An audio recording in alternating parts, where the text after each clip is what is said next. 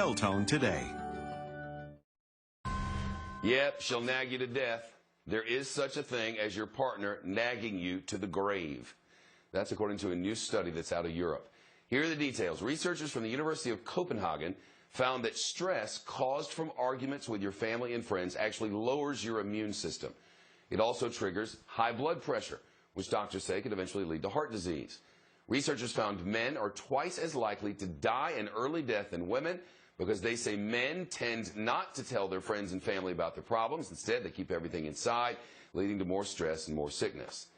The study's author writes, we found that men were especially vulnerable to frequent worries or demands from their partner, contradicting earlier findings, suggesting that women were more vulnerable to stressful social relations. Researchers followed about 10,000 people for 11 years. Dr. Lolita McDavid joins us now. She's a medical director at the University Hospital's Case Medical Center in Cleveland, Ohio. Doc, nice to see you again. Thank you. Hi, how are you? I can't imagine that anybody is stunned that you can be nagged to death, but it's a little more serious than I would have thought. I don't put a great deal of credence in this. Number one, 50% of the people who died of cancer. And so we've got to put those out. So it really is not as big a number as they say. And I have some concerns about some of their I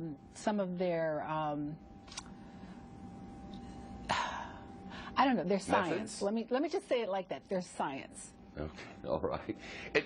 We all know the more stress, the more difficult for your body. Your body doesn't need a lot of excess stress. You need to manage stress as best you can. And having somebody nagging you, go pick up your clothes, go clean your room, on and on, it'll wear on you, that's for sure. Well, we know that toxic stress starts in childhood, and there are some really good researchers now doing that kind of work. So we know that children who are mistreated, children who are hungry, children who are homeless, children who don't have supportive families, it starts in childhood. So you could also say that people who don't have great self-esteem pick the wrong kinds of people. And then they often pick people who are a lot like them.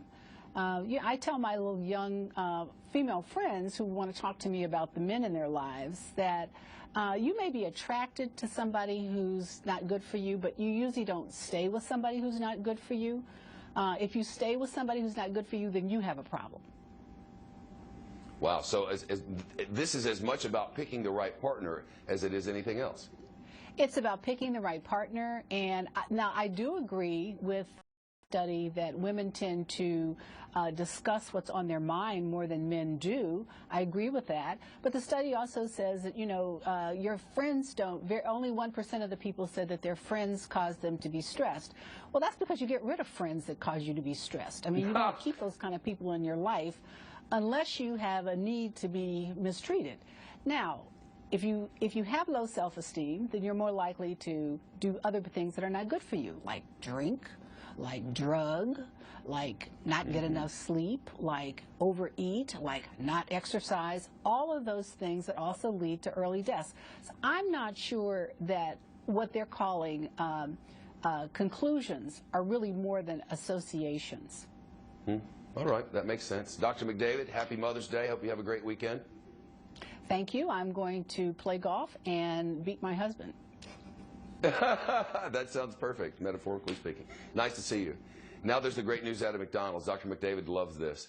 The first time I ever had French fries with gravy and cheese was from Mayhelen Flowers at Kiami Lanes here in Oxford about 20